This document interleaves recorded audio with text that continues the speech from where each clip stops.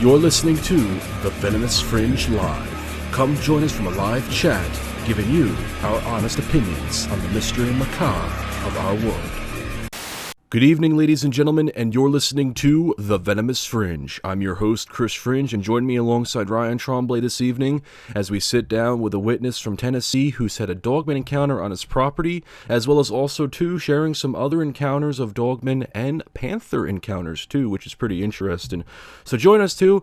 Guys, I'm going to get right into the show today. You guys enjoy this. You do not want to miss this. Joining us right now on the Venomous Fringe, we're sitting down with Jeremy. Jeremy, welcome to the Venomous Fringe. How are you this evening? I'm great, guys. How are you? I'm doing fantastic. I'm doing very well myself. You know, Jeremy, it's interesting because when we were talking, you're talking about where you live and stuff, and a very known area, too, for what we're talking about here tonight. But before we get into all the good stuff, can you tell us a little bit about yourself? I was born and raised here in Middle Tennessee. I won't give a specific, but the DeKalb, Smithville area. I've lived pretty much on this road all my life. I'm a family man, 3 boys, live on a farm. Hunting is my passion, my hobby. I've worked for the same company for 15 plus years. I was always open to the idea, open-minded to Bigfoot, UFOs, etc. Never heard of a Dogman until I had my encounter, and that's when I started hitting YouTube and other resources and found out that there actually was such a thing. And I guess that's basically about it. When you discussed, you just mentioned Bigfoot and UFOs, was that just drawing fascination? Did you see something of that nature? Because for me, cryptozoology was fascination when watching TV shows. So. Yes, with me too, Chris. No, I've never seen anything. I never wanted to see anything. But I did have a fascination with the television shows. More so the Bigfoots and the UFOs. I've always believed that there was a possibility that these things could exist. Like I said, I was always open-minded to it. Right. But I really, I don't know. I had heard a few interviews of some of these people. I didn't really dig into it much before my encounter, but I had heard people talk, and just by the way some of these people come across, you know that you can tell that they're telling the truth. So, but as far as the Dogman go, I had never heard of a Dogman. I didn't know they existed. I didn't, so when I had my encounter, I had a different, a lot of people talk about the fear that they have. I didn't have that fear. We'll get into that, but it was a little different for me. And it might have been because I had a gun in my hand. I don't know. But I'm not saying I wasn't scared, but it wasn't a primal fear. It was because I just didn't know what I was looking at. I've heard that a lot often lately with a lot of people who I've spoken to who've come forward to me about encounters, and they've talked about how they didn't necessarily felt afraid, but not that they didn't have a gun in their hand, but they just didn't feel intimidated because of a certain thing. And we'll talk a little bit about that in just a bit, but Tennessee is filled with a lot of interesting encounters, not just Dogman, but Bigfoots. There's been sightings of just mysterious other creatures. There's been talk about Goatman there as well. So there's a lot of things in this region or state that just have a whole bunch of mystery behind it. But Jeremy, I want to talk about this encounter that you had because we've been talking through email for a little while now, and to finally sit down and do a show on it, I'm very excited to hear it. So when did this encounter happen, and what happened? It was November of, let me go back a little earlier than that. This is a little background maybe I should have given you. was on my farm. It wasn't hunting season, but my oldest son, he took after me. He loves to hunt, fish, all that. He actually had traded deer stands with a guy, and we were having a family get together. This guy was coming to get the stand, and it was in the tree. So I rushed back to go get the tree out of the stand out of the tree. I ended up falling. Silly thing, something I'd done 100 times and I knew better than to do, but I fell. I broke 30-something bones in my leg, jacked my back up and all that good stuff. And that was just a couple of 100 yards from this tree that I had the encounter in, but 3 years earlier. And after I fell, I was out of work for a year and a half. I went back to work for a year and a half, and I had this encounter in November. I think it was November 10th of 2018. I know it was in November. It was muzzleloader season for whitetail deer. So it was all I could do at that time to climb in the ladder stand. I was progressively getting better and better as far as being able to walk a far distance and carry, and such things as that. But anyway, yeah, it was muzzleloader season. This, where I had my sighting is on my family farm. From my front door to the tree stand that I was in, like I said, I can't walk. I can't get, I can't go far back like I used to, or go down, over the hills and the hollows. I have to stay pretty much on flat land. So I was basically 250 yards from my front door, in the ladder stand. I got in there about 4 that afternoon. There was a lot of deer movement. I seen several does sticking in the food plots, and I don't know. In the Midwest, this may not be strange. I don't know if you guys are deer hunters, but here in this area of Tennessee that I live on, I live on the top, and the lake surrounds me, on the bottom, all around me, and it's not common to have a deer to bed down in the field that you're sitting in the daytime. Now they'll bed of a night, but it's very uncommon to see a deer just bed down out in the middle of an open field, which that's not as uncommon out west, Midwest, whatever, but it's pretty uncommon here. So about an hour before dark, I had this small buck bedded down, maybe 125 yards to the east of me, and I could see his head, the rack. I knew it wasn't one I wanted to shoot, but at that time, I also knew that I was going to have to wait until, complete darkness to come down out of my stand to walk back out to keep from spooking the deer. I kept a check on this deer because he was in the right-hand food plot, and I was actually watching 2 food plots, one on the right, one on the left. So every couple of minutes, I was giving this guy a look, Of course, I knew I wasn't going to shoot him. He was a young buck, but I can't say that he was out of breath. I don't know. I just chalked it up to maybe he was worn out from chasing does, because there was plenty of doe activity in there. But I'm going to say he bedded down for probably 30, 40 minutes.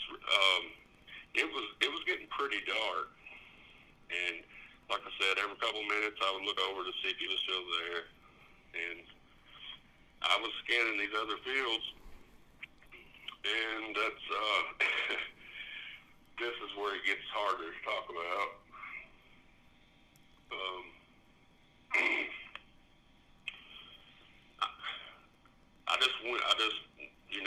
I wasn't moving my body. I was just moving my head left, right, and center, checking on this deer. So I glanced back down to my right, which was the east, and I didn't see the deer. And I thought, well, he just walked up. He got up, walked away when I wasn't looking. A couple of minutes later, I looked back down to where the deer had been bedded, and I'm gonna say 60 to 70 yards there was a, when I first seen it, I honestly, I guess when I first seen it, I thought it was the biggest bulldog I'd ever seen. And the reason I say bulldog is because of it was way bigger. I knew in my mind it couldn't be a bulldog because of the size of it, and it was on all fours, but it was facing toward me in a like a cat crawling, belly crawl, and he was belly crawling toward me. And this thing's head was as big as his shoulders were. His head was nearly that big. This thing was black. It was black as the night was, and it was getting very close to dark at that time. I couldn't make out a ton of facial features with my naked eye, but it had very small pointed ears, just sharply pointed ears. No tufts that I've noticed, but just like needle sharp at the end, but maybe a couple of inches tall, just small ears anyway. So I kind of keyed in on it, and when I said I didn't have the primal fear, it probably had to do with the distance that I seen this thing at. The fear came from not knowing what it was, but I felt like it was doing the belly crawl. And in my mind, I'm in a tree stand 15 to 17 feet in the air, and if there was any light left, it would have been from the western skyline. And I'm thinking, well, maybe this animal has spotted me in this tree, and it's coming for me. But that wasn't the first thing that went through my head. The first thing that went through my head was, this doesn't belong. It doesn't belong here. I didn't think anything about a cryptid or a Bigfoot. I didn't know what it was. A size reference, I'm gonna say it looked like it was about the size of an African lion. It didn't have it was short-haired. I didn't see a tail. But it was short-haired. It had a snout, and I put my binoculars on it, and the binoculars and the scope that I had it will show more light through the binoculars and the scope, than you can see with your naked eye at that time. Like I said, it wasn't completely dark, but it was getting there. Had I seen this thing 10 minutes later, it would have been completely dark. But this animal was blacker than, it was just as black as it could be. There's not another color to describe it other than maybe almost a bluish tinnish hue. It was so black. But it probably gained, while I was watching it, I looked at it through the binoculars. You hear a lot of these people tell about the description of, they can give you the folds of the eyes, they can give you all the description. The eyes looked black to me. I could tell that it had long canines, but it didn't grin at me. None of these things that I hear in other interviews, other than it making its way toward me doing the belly crawl, that kind of creeped me out. But I had already made my mind up that I was going to that I was going to try my best to get rid of this animal because, you know, I've got kids. We've got cattle. We've got goats. You know, we've got a farm. There's other kids that live on this road. And that was the first thing that went through my mind is it doesn't belong. And had it been a dog, I wouldn't, you know, I wouldn't have felt that way, but I knew it was a dog. There's no dog that big, but that, I'm going to say the shoulders on this thing had, when it did, it was probably, when it got to about 50 yards of me, it kind of raised its head up, and it gave me more of a view of its shoulders, neck, and the head still wasn't very high off the ground, maybe, I don't know, maybe 2 feet off the ground at that time, but it was enough to what I thought I could make an easy neck shot on it.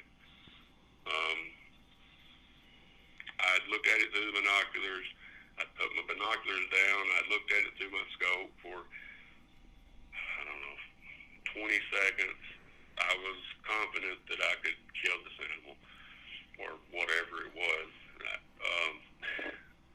I'm guessing the shoulders I'm going to say they were 3 feet wide if they were an inch. It looked like a man's shoulder, you know, the typical what you hear bodybuilder shoulders. And it did have a big head with small ears. Just almost demon looking, I guess. So, but I didn't get that primal fear. I don't know. In my mind, it was I just knew it didn't belong. I wouldn't shoot at anything that, you know, I've never shot anything that I didn't know what it was. I'm not that kind of guy that's going to take pop shots off at anything. I'm an ethical hunter. But I knew this animal didn't belong. I knew it was no pet. It hadn't escaped from the zoo, you know, none of that. So I had a muzzleloader, which is only, you know, you guys that muzzleloader hunt know that you only get one shot before you have to reload. This animal was in the field with me. I'm going to say the tree line was 40 to 50 feet from where this creature was standing. And it was dark, but it was not so dark that I couldn't put a crosshair on its neck, or what I thought was its neck. I had a good rest. I took aim, and I squeezed the trigger. I didn't think of any repercussions of shooting these things. I'd never heard of them, you know. Since then, I've heard stories of people shooting at them and all that, but yeah, when I shot, of course, with the muzzleloader, you're going to have smoke for a second. The smoke probably lasted a second. When the smoke cleared, there was nothing. You know, it was like it just disappeared. I didn't hear anything. I listened for it to. I thought surely I would hear it going off into the woods. I heard nothing. It wasn't laying there. It wasn't laying anywhere in that area. And I got down out of the sand. I never even reloaded my gun. I had my flashlight. I made my way out of the stand. I walked down to where it was standing at, or where I thought it was standing. I looked for blood, hair, you know, just like when you shoot a deer, you know, what you would look for. I went to the edge of the field in the tree line to look to see if I could see any blood on the higher grass, or if I could see a trail to where it went in. I didn't see anything. No sign that I hit the animal, no sign that the animal was ever even there. Or, I keep saying animal, I don't know what it was. I don't know if you call it creature or animal or what, but, and it wasn't until after I actually, I was home within 5 minutes. You know, like I said, I just lived my front door was 250 yards from the tree that I was in. And when I got when I got home, the motor started turning, and I started thinking about this, and I honestly don't know how I found Vic. I think Vic's show was the first one that I came to, or I don't know if that's the first one I came to. It's the first one I related to. I don't remember which one actually where I heard the Dogman term, but as I got to, as I did get to wherever I found this term Dogman, I found it, it related to a bunch of other, I started getting into all these other YouTube shows, and I mean, I was spending 4 to 5 hours a day and night, watching every show I could on Bigfoot, on any cryptid, and I just knew at that point that that what I seen was what is called a Dogman, or it never stood up on 2 feet that I've seen. It could have possibly done that when it ran off. I don't know. From what I know of them now, maybe it just leaped the 40 feet over into the wood line. But I didn't see that because of the smoke. I mean, it may have disappeared in thin air for all I know. After the shot, the smoke, I never seen anything. That's pretty much my encounter. That's pretty much the encounter that I had.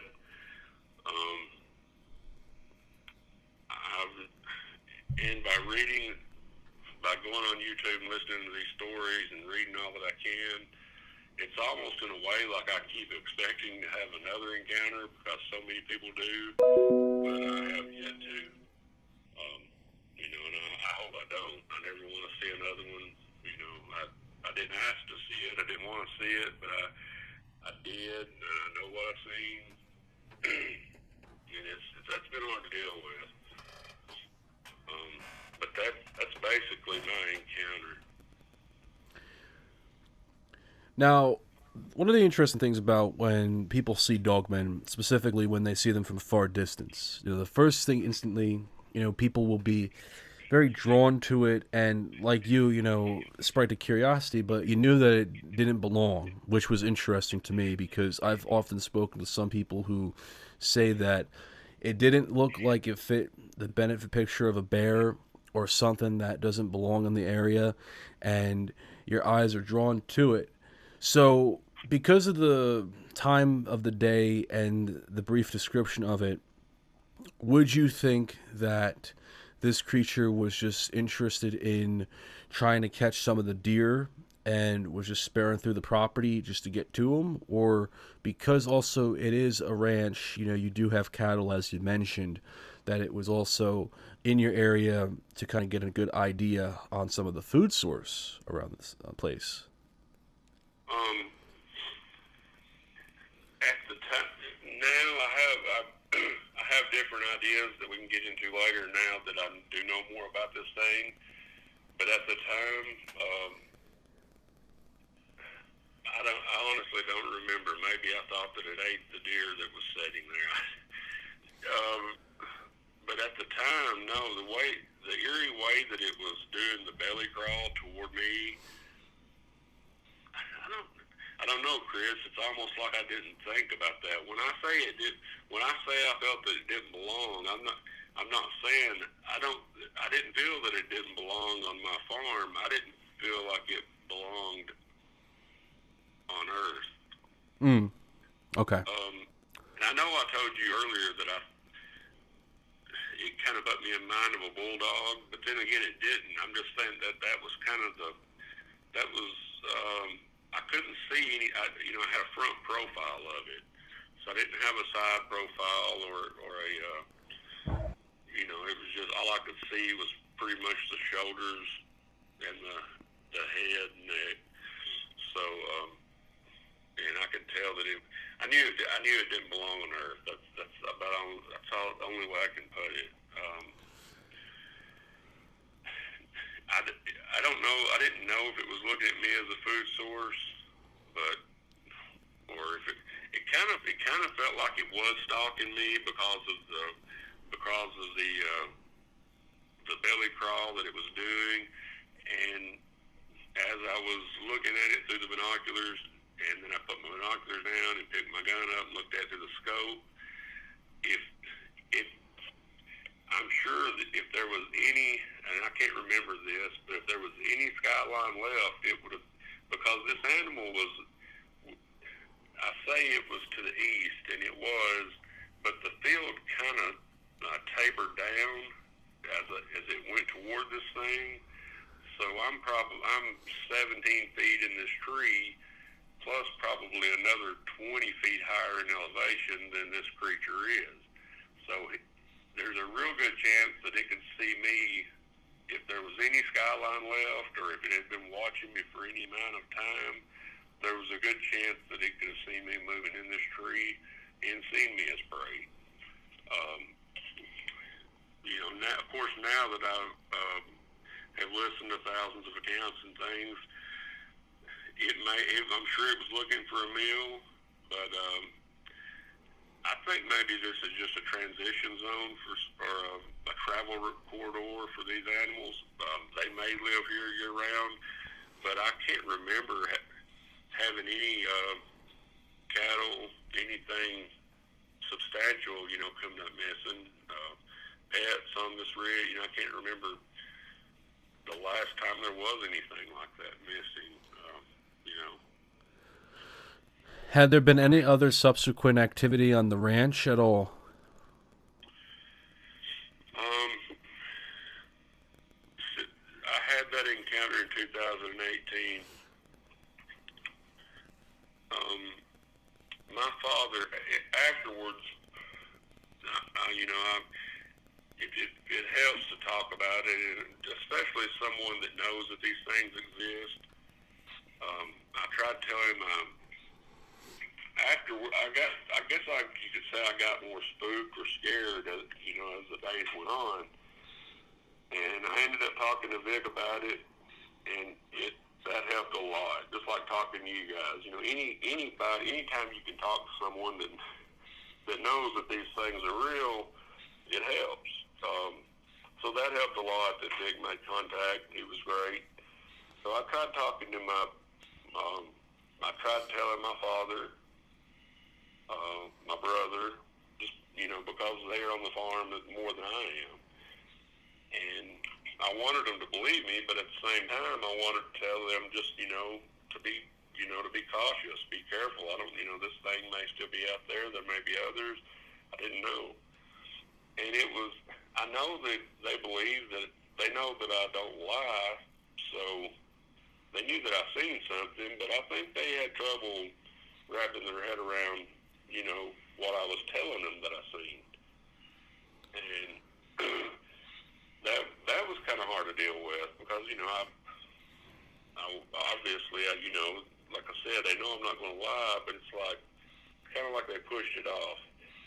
But my father when I told him of that, he had told me of a time about I think it was in 2006 when he had seen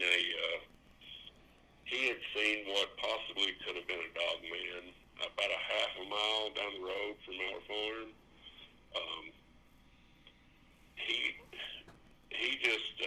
He kind of explained it away as being what we call a coy dog, because we got a lot of coyotes, we've got wild dogs.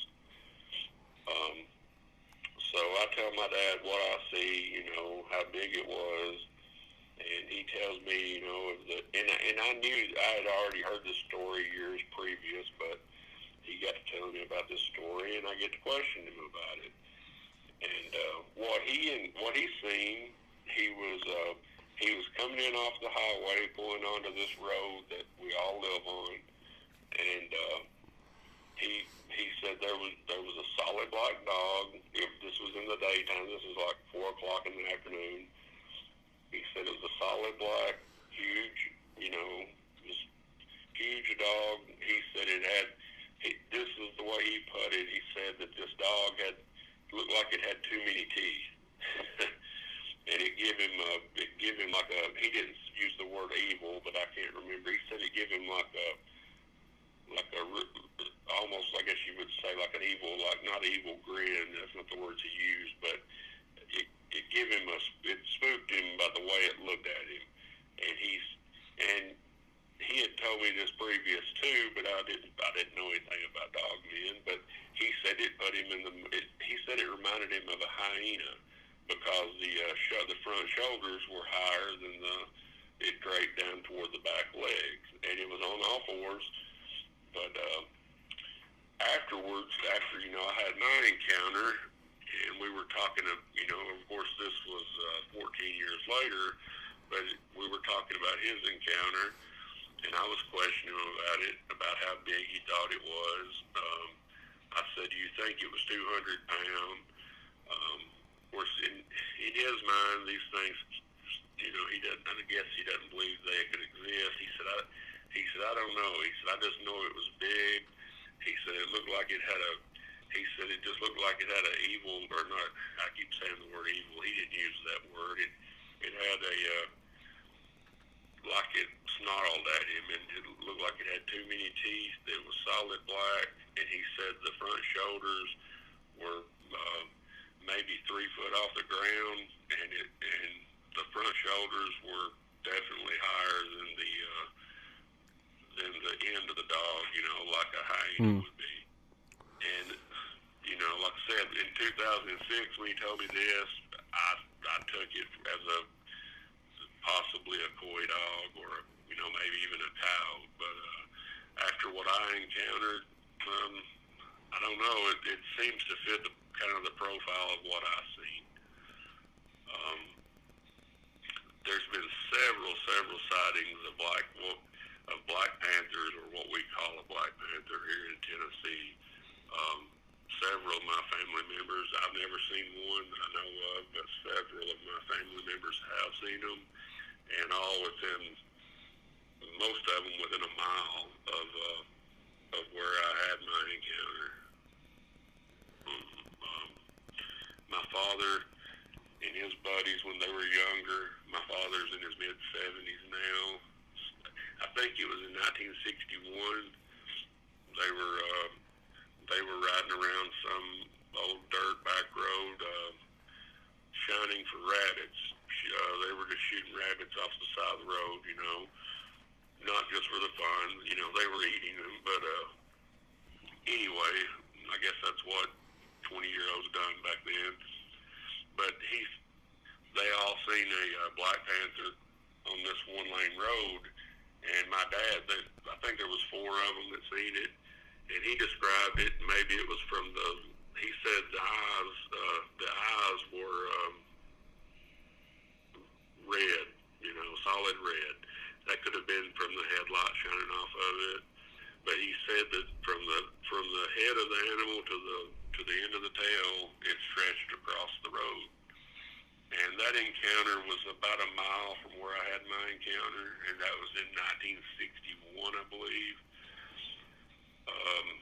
About a half a mile from where I had my encounter in the mid-'80s, my older brother seen what we call a black panther. Like I said, I don't know what the technical name is. Some people say that there's no such thing as black panthers either, but it's like a mountain lion. It's black. I don't know. But anyway, my brother had a sighting of one. He didn't give me much of a description. He just said that he knew that's what it was.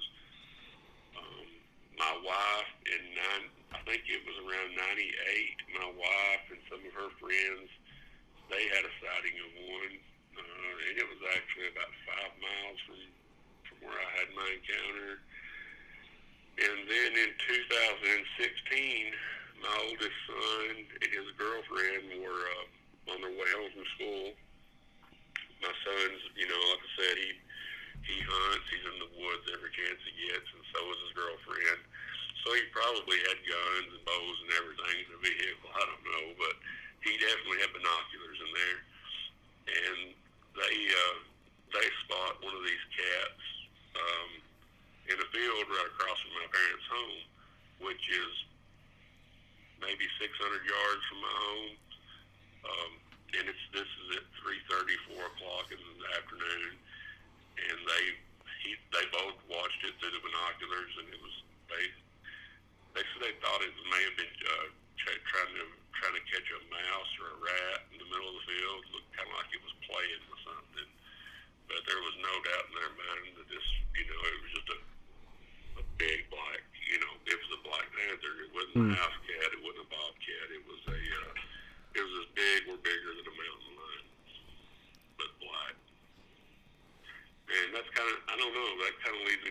maybe there is a correlation, because I've heard of other accounts where these black cats and coyotes and things, are seen where dogmen are seen. I just want to. Go ahead. I just wanted to just rewind real quick, going back to you and your father's subsequent encounter. I'm under the impression that you guys, I definitely believe that you had seen a dogman. I also believe that your father had seen one, because there's a type that's labeled as a variant 2 in the canine branch that's often resembling hyena. And just going by that description, it just looks like it had a hyena-like stance to it. I mean, for all we know, yeah, you look at coy dogs and you look at how tall they are, but the way that it's described does not fit to be similar to a coy dog, but it could easily just be something else to it, and I think that it may have been a canine variant too. As for the other, I feel that when it comes to certain locations, that there is a bit of a transition, or at least what I think to be a migration period. And I think that a lot of these creatures are all seen together in a coincidental verse. I mean, we've often heard of fog and lights that shine before dogman encounter, or there's very low frequency of animal noises or just in general movements in the woods when these creatures are near. So I definitely do think that there is a correlation between both these creatures. Yeah, that's something that, I kind of wanted your guys' opinion on. It's just something that either that or it was a really big coincidence, in my area. Yeah.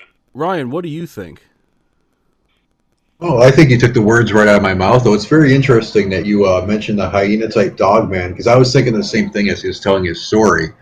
But I do have a question, though. When he was describing the crawl, were the elbows out to the side, or were the arms straight forward, more like a dog? Just trying to get more clear mental image. Brian, it seemed to me that they were more under the animal. Okay, so kind of tucked under a bit more? Yeah, and when I don't know if this is, I'll try not to get too far off topic, but what it reminded me of after I got home and started thinking about it, if you guys ever watched the Looney Tunes cartoons, Of course. I'm 42. Of course, yeah, we grew up on that.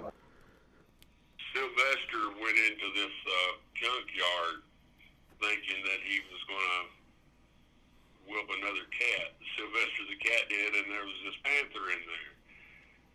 And the crawl, I think I'm right, the crawl that cat done put me so much in mind of what this creature that I seen done. That was about the only way I could explain it. And then I got to looking, I guess the lions in Africa, they kind of do anything anytime they're going after prey. You know how they will belly crawl. Mm-hmm. That's the way. That's about the only way I can explain it. But no, I didn't actually see the paws or hands. I didn't see any of that. I didn't pay attention to it, I guess you would say. I was too focused on the shoulders and the head, but its arms definitely weren't to the side of it that I noted. It looked like they were in under the creature. Okay. All right, I got a mental image of that now. When we look at a lot of the kind of the chart of a dogman, we often do recognize that there is a certain type of structure to them, and how they move is one that is the most creepiest factor. When you had this encounter on your property, by any chance did you hear any bone movement? Did it sound as if it was kind of like the joints were popping? No, it didn't. And I've tried to go back over and play it by mind. I never heard anything. And I was in a food plot, which the highest grass in this whole field was maybe 6 inches. Mm-hmm. So it wouldn't have made a lot of noise moving anyway. But I never heard of. And of course, since I know with the bone popping and all that, at the time I didn't, but No, I never heard it make any noise at all. That's like I was saying after I shot. I was fully expecting to, because if you shoot a deer, with a high-powered rifle, a bow, whatever, you're generally going to hear it run off. And that's something that you cue in and you try to listen to where it runs, and falls over. I never heard this thing running through the woods anywhere, and it's like I said, I don't know what it weighed, but about the best thing about the size of an African lion is that's what it looked like to me as far as size wise. So it would have had to make. It looks like it would have had to make some noise going through this thick brush, down into the woods. But I never heard anything. With these dogmen, we often are thrown with many questions that are not necessarily main subject matter to the topic, but it is also understanding of an opinion too, because there is still a lot of questions that we do have about these creatures, and some of the biggest questions we get normally are involving, well, what we can do to kill one. And even though that I'm not a big believer in that, do you think that these creatures are a threat to anyone? Like, even in your encounter that you mentioned, that even though you didn't necessarily felt afraid of it, that you had your gun with you, and do you think that these creatures can do harm, that they are a threat, that you would do whatever it takes to defend yourself, whether it's self-defense or whatever, to get out of such a situation with them? Do you think that these are a threat to anybody?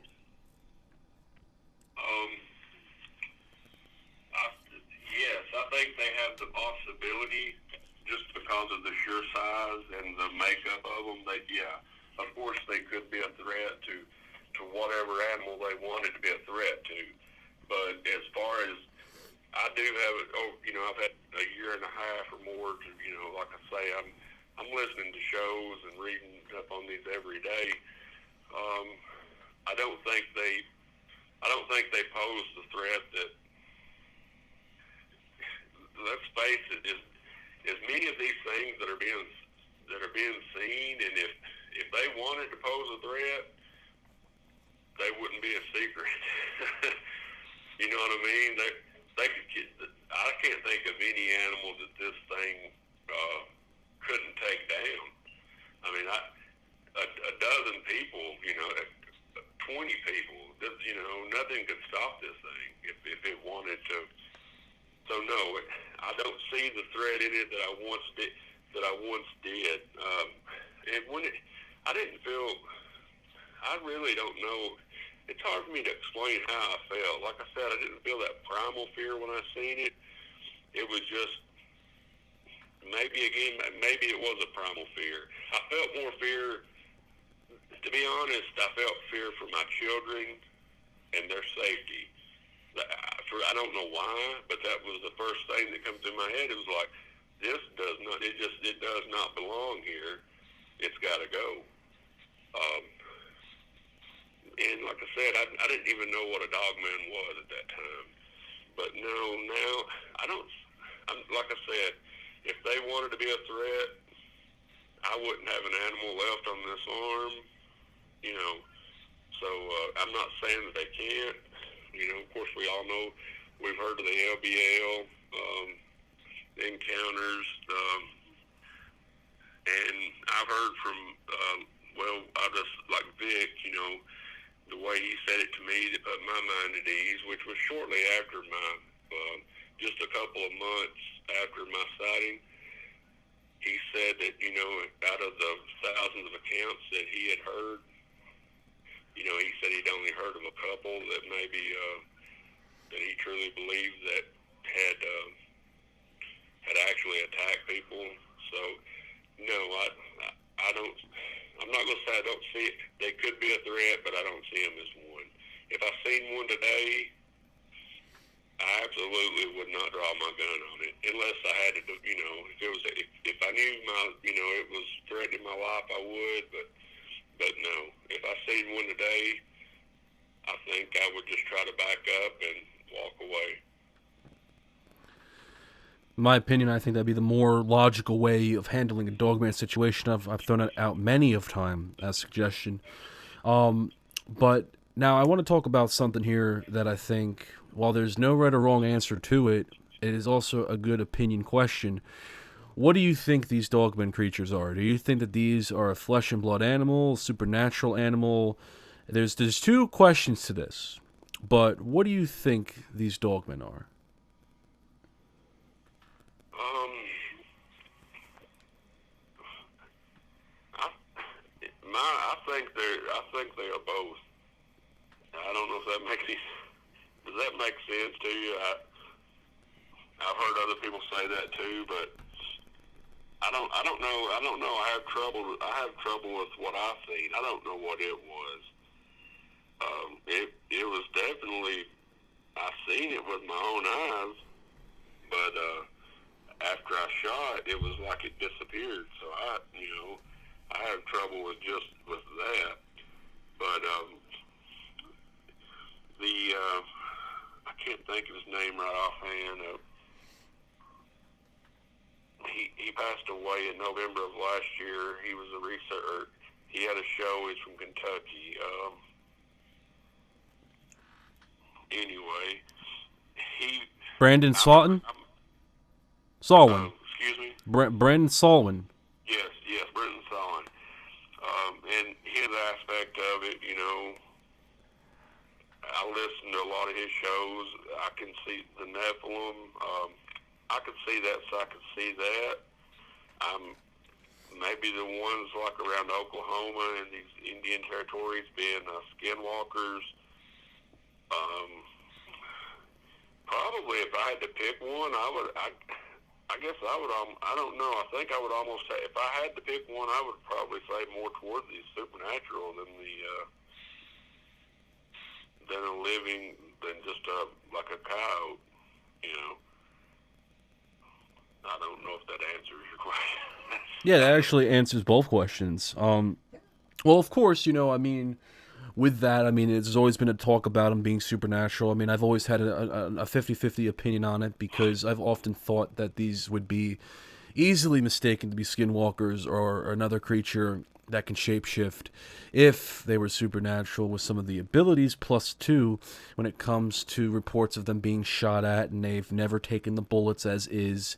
But at the same time, it's kind of hard to make out, because for one, I've never had an encounter, and two, a lot of the encounters I've spoken to with people on, and even have read from emails sent to me, it's hard to make out, because again, when you're dealing with something in such a tight environment, you don't know what it's going to do. And if you're alive to tell the story, I would think that, to me, that's a sign of a chance that, this thing wouldn't do the things it does had it not done that, or whatever the case be. In this case, since it didn't do anything to harm you or anything to harm your father, I would think that this creature just gave the benefit of the doubt that you weren't a threat, and that you're here to tell the story, because clearly if it had seen it, you were a threat, especially with a gun, I felt it would have done something to attack you. Yeah, absolutely. Now looking back on it, after hearing and knowing what I know about these things, or none of us know, but what I feel of this creature could have been on me before I could have put my gun up, if it really wanted to. And I know that. But at the time, like I said, it just gave me this feeling that it didn't belong, and I needed to get rid of it. And once I had a 50 caliber bullet, a 250 grain 50 caliber bullet, and I'm a pretty good shot at 50 yards, with a muzzleloader, and this thing just disappeared. So, and going back to my father's, he's mid 70s. He's 77 now. I think maybe there could be a lot of these, especially the older farmers and generation, that maybe have seen these things like him and just mistaken them as a wolf or a big coyote or coy dog. they may have some real interesting stories to tell and not even know it. Because when he told me back in '06, I think it was '06, when he had his encounter, he told me about the high shoulders and the slope, like the I want to say jackal, whatever animal I described as earlier, hyena. I never thought anything about it. He said he thought it was a coy dog. I took his word for it. But now when I had my encounter, I knew it wasn't a coy dog. It was, and then after I got to talking about mine, we brought his back up, and I got to question him about it. And I absolutely don't think that he's seen a coy dog. I think he's seen a dogman, or what we know is to be a dogman. Now, he was in his vehicle, but he stopped. He was driving in the road. He stopped there on the pasture right off the side of the road. And it seems like he told me that he watched this thing for what he thought was like 30 seconds. And he actually drove off with the animals, with the creature still standing there. But yeah, in my mind now, just with it looking like the hyena with the high shoulders in front, I absolutely think that's what it was. He said it looked like it had too many teeth to fit in its mouth, and it was solid black. Yeah, and I could talk to him again and get more. I hadn't talked to him about it in a while, but I don't even know if he would know the features of the face now. But I have no doubt in my mind that's what I think he's seen as well. Oh, I would definitely believe that you have seen, and he as well had seen something that is a Dogman. The descriptions do match up as a typical Dogman description report.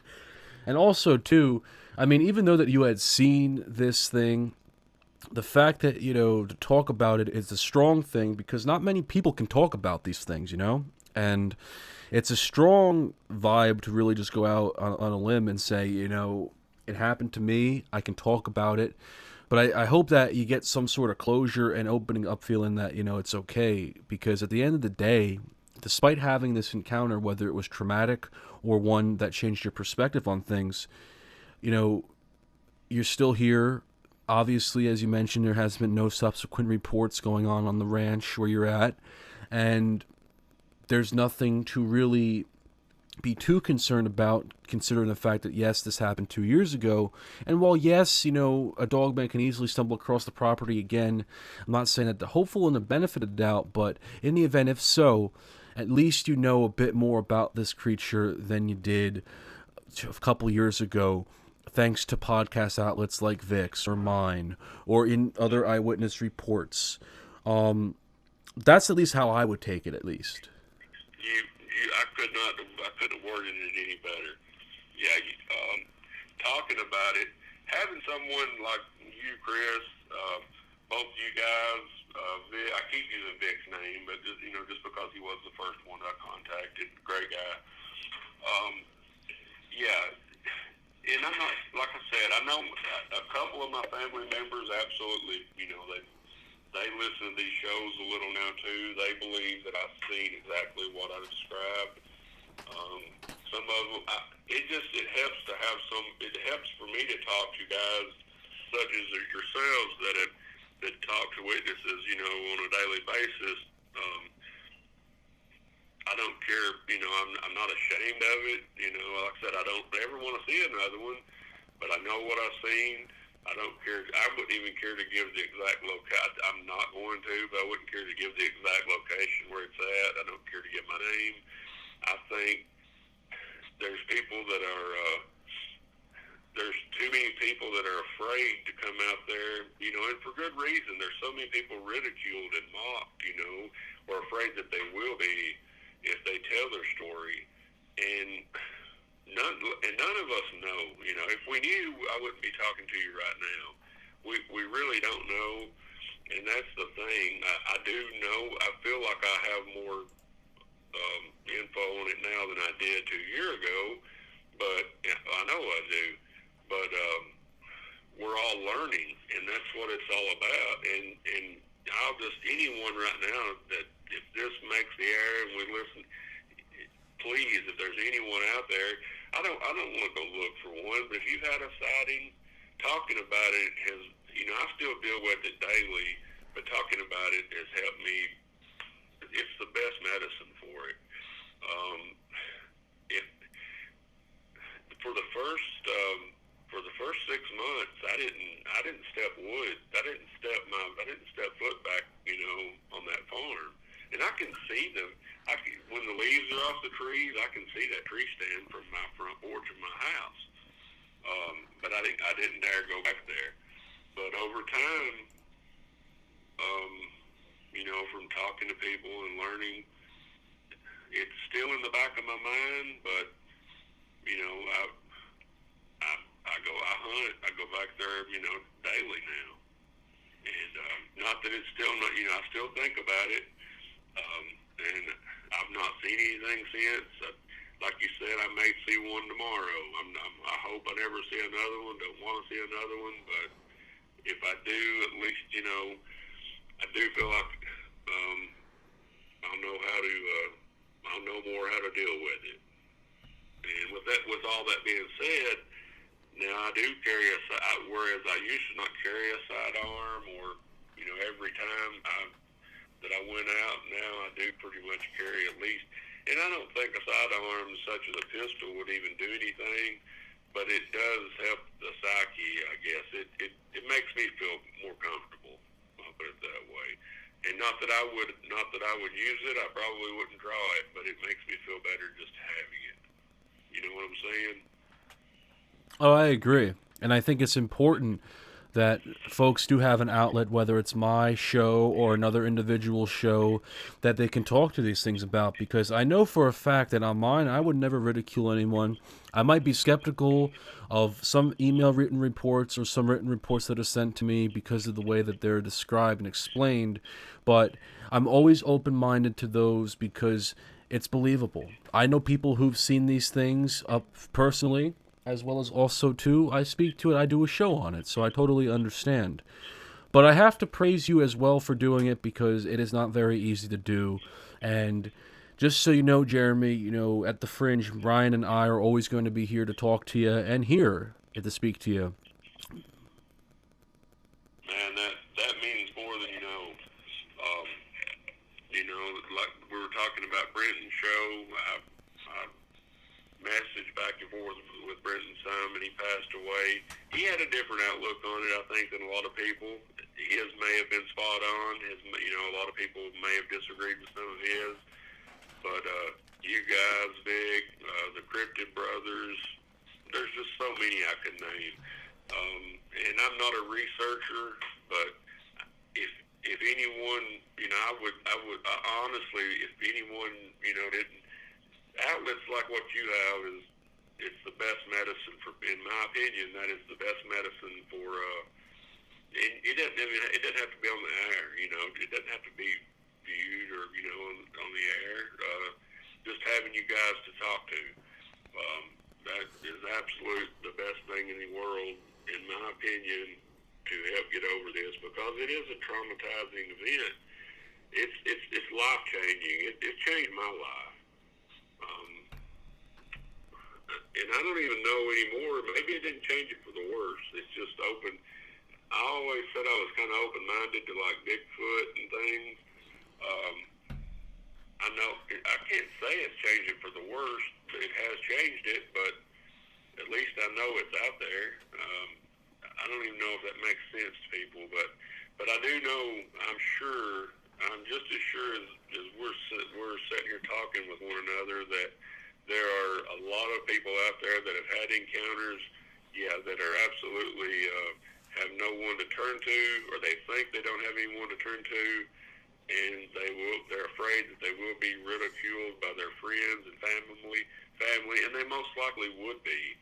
So having guys like you guys, that's what it's all about, and we're learning more about these. Will we ever know? Who knows?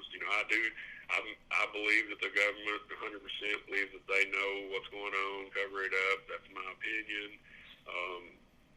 I think a lot of other people are of the same opinion, but will we ever know as a society? I don't know. Maybe they're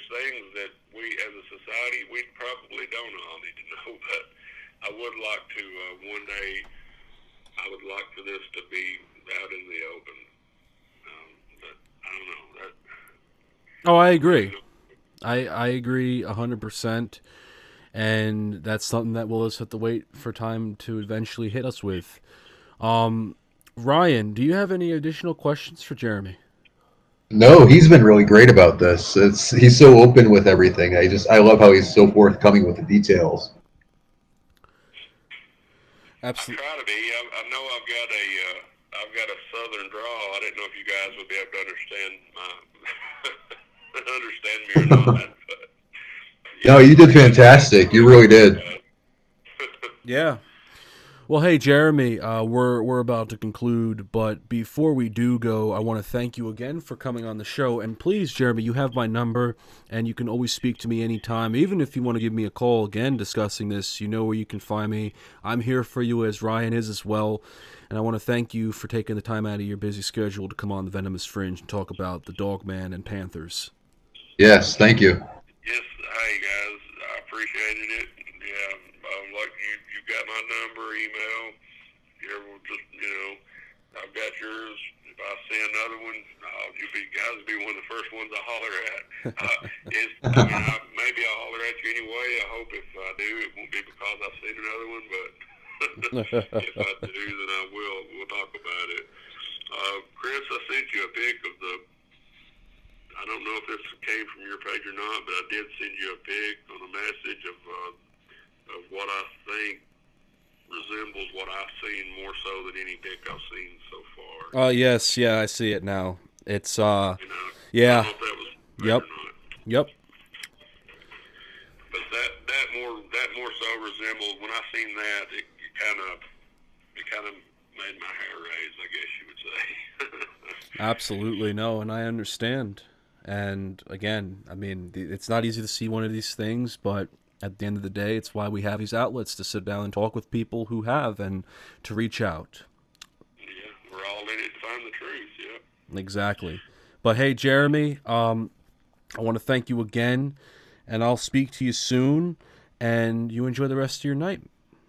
All right. Thank you, guys. Thanks, Brian.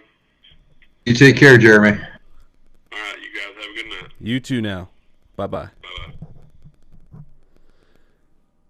I want to thank Jeremy for coming on the show again and discussing his encounters. Very fluent, very good guy to speak to. I think it's crazy when people have encounters and they have a very interesting perspective on these creatures when they see them. It seems kind of scary and how he put it, but I think personally too, with what this Dogman was, it was just an observing type encounter. I believe it was something of an observant type. I don't think there was any sign of intimidation, a sign of fear, as he mentioned, but it's crazy to mention it too because I often hear about Dogman and morality and Dogmen and not necessarily being these monsters that are made out to be. I personally think that there are good and bad, and I think that this encounter was one of those examples.